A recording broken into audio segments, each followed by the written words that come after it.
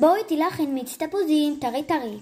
מה שצריך זה תפוזים כתוף, כאילו לא חייב כתופים, אפשר גם קנויים, אבל לסבתא שלי יש עוד תפוזים, אז אנחנו כתפנו.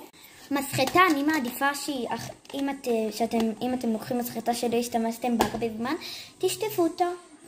סכין, וכמובן רק בהשגחת מבוגר, וקרש חיתוך, ולהגשה בסוף, כוסות חד פעמיות, לא צריך באמת להשקיע בזה. יאללה, בואו נתחיל. בעצם, דבר ראשון, חותכים את התפוז לחצי. ושימו לב שאתם לא חותכים ככה, אלא לרוחב, כי אז זה יצא לכם צורה אחרת ולא תוכלו לחתוך. אבל הנה, חתכנו. וכמעט שכחנו, נאסוף את השיער. לבנות שיש להם עם שיער ארוך.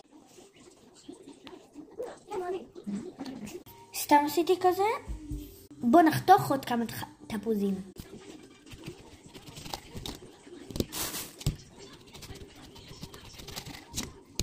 טוב, לבינתיים זה מספיק. דבר שני, לוקחים את המסחטה, חצי תפוז,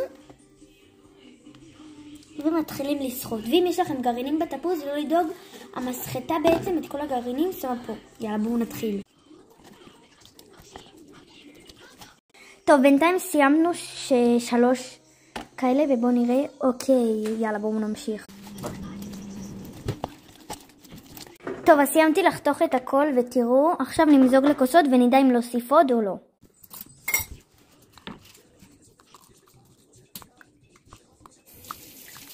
יאללה חברים, נבחן טעימה, שיהיה לנו לרוויה. וואו.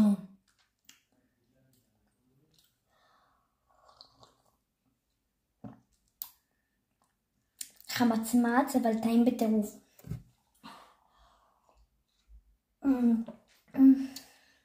מושלם. אם אפשר גם צריך לחכות עוד טיפה. ואז יהיה טעים. ואתם חייבים להכין בבית. מי שלא מכין מפספס.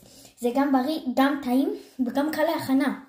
ביי, שמחתי לתת לכם מתכון טעים ובריא וקל להכנה.